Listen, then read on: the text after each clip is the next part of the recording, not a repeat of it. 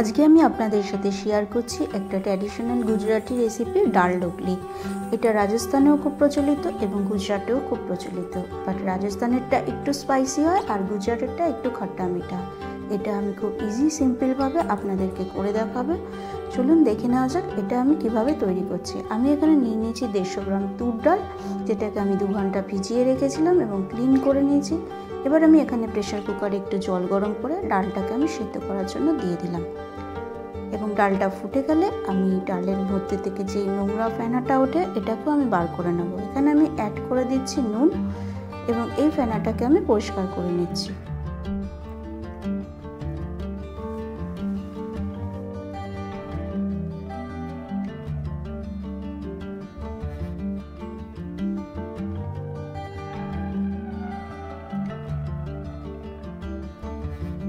এবার আমি এখানে কাঁচা বাদাম অ্যাড করে দিলাম, অ্যাড করে দিচ্ছি সামান্য পরিমাণে হিং,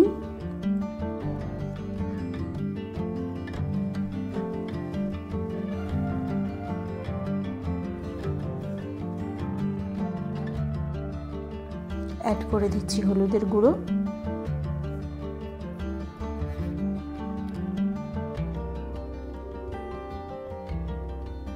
সাথে অ্যাড করে দিচ্ছি তেল। এবার আমি এটাকে সিটি দিয়ে নিয়েছি, নিয়ে ডালটাকে আমি খুব স্মুথলিভাবে এটাকে সেদ্ধ হয়ে গেছে। এবার এটাকে আমি নেড়ে নিয়ে এটাকে আমি আলাদা জায়গায় রেখে দেব। এবার ঢোকলি তৈরি করার জন্য আমি এখানে যতটা পরিমাণে ডাল নিয়েছিলাম ঠিক ততটা পরিমাণে 150 গ্রামের মতো আমি এখানে আটা নিয়ে নিয়েছি। তার সাথে আমি অ্যাড করে দিচ্ছি হলুদের গুঁড়ো, অ্যাড করছি ধনিয়া পাউডার, অ্যাড করছি জিরা পাউডার, অ্যাড করছি কাশ্মীরি লঙ্কার গুঁড়ো, সাথে অ্যাড করছি জোয়ান,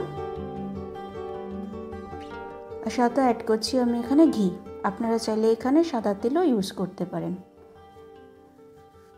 এবার আমি এখানে দিয়ে দিচ্ছি স্বাদ মতো নুন, স্বাদ মতো চিনি। এবার এটাকে আমি ভালো করে মেখে নিয়েছি। মেখে 15 মিনিটের জন্য এটাকে আমি রেখে দেবো। 15 মিনিট পর আমি ফিরে এসেছি। এবার এটাকে আমি একটু বেলে নিয়ে ঢোকলির শেপ দিয়ে নেব। এবার এখানে ডালটাকে আমি ফুটতে দিয়েছি। এর মধ্যে অ্যাড করছি আমি লঙ্কা বাটা 1 চামচ, আদা বাটা 1 চামচ,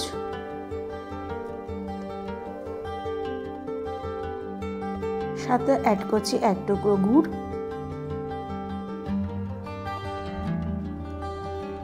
অ্যাড করছি কাশ্মীরি লঙ্কার গুঁড়ো, অ্যাড করছি হলুদের গুঁড়ো, অ্যাড করছি ধনিয়া পাউডার, আর দিয়ে দিচ্ছি জিরে পাউডার। ঢোকলিগুলো আস্তে আস্তে খুব কেয়ারফুলি একটা একটা করে ডালে দিয়ে দিতে হবে এবং ডালে দেওয়ার পরে এটাকে আমি 15 মিনিটের মতো ফুটতে দেব।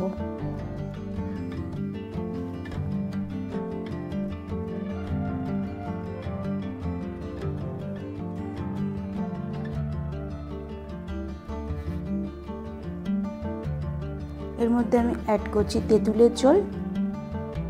যেহেতু ডিশটা একটু খাট্টা মিঠা হয় সেহেতু এখানে গুড় আর টকের ব্যালেন্সটা একটু আপনাদেরকে দেখে নিতে হবে।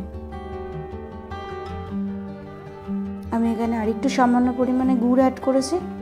এবার এটা আমি 5 মিনিটের জন্য কুক হতে দিয়েছি। 5 মিনিট পর আমি এটাকে আবার একটু নেড়ে নেব। এর মধ্যে আমি অ্যাড করে দিচ্ছি কেটে রাখা কিছু পরিমাণ টমেটো। আপনারা চাইলে এটা আগেও অ্যাড করতে পারেন। দিয়ে দিচ্ছি ধনেপাতা।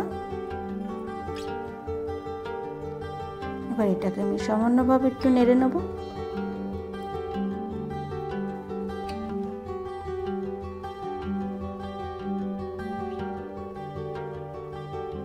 আর এখানে আমি স্বাদটা আরেকটু এনহান্স করার জন্য আমি এখানে ম্যাঙ্গো পিকেল অ্যাড করলাম। এবার আমি ডালে ফোড়ন দেওয়ার জন্য এখানে আবারও আমি ঘি অ্যাড করলাম। আপনারা চাইলে সাদা তেল ইউজ করতে পারেন। এখানে আমি দিয়ে দিলাম 4-5টা কাঁচা শুকনো লঙ্কা, দিয়ে দিলাম জিরে, দিয়ে দিলাম সামান্য পরিমাণে আজওয়াইন,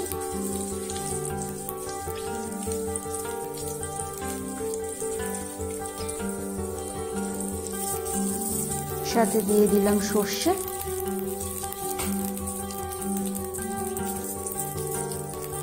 মেথি দানা,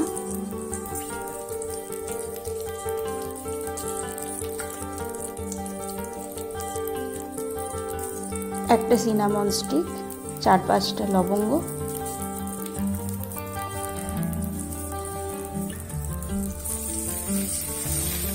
কারি পাতা,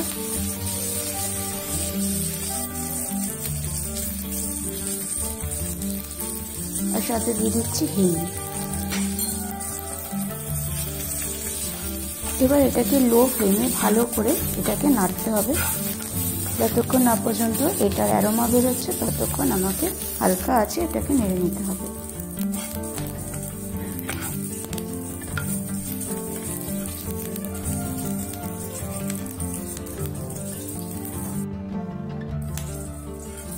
এটা ভাজা হয়ে গেছে, এবার আমি এটা ডালের মধ্যে অ্যাড করে দেব।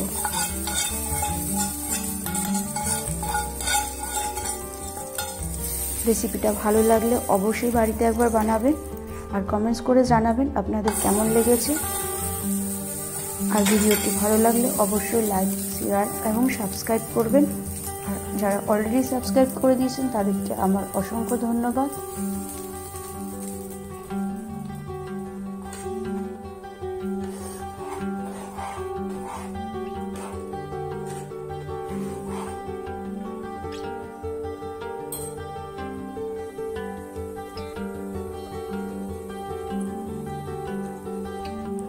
আবার দেখা হবে আরেকটি নতুন রেসিপির সাথে। ভালো থাকবেন, সুস্থ থাকবেন।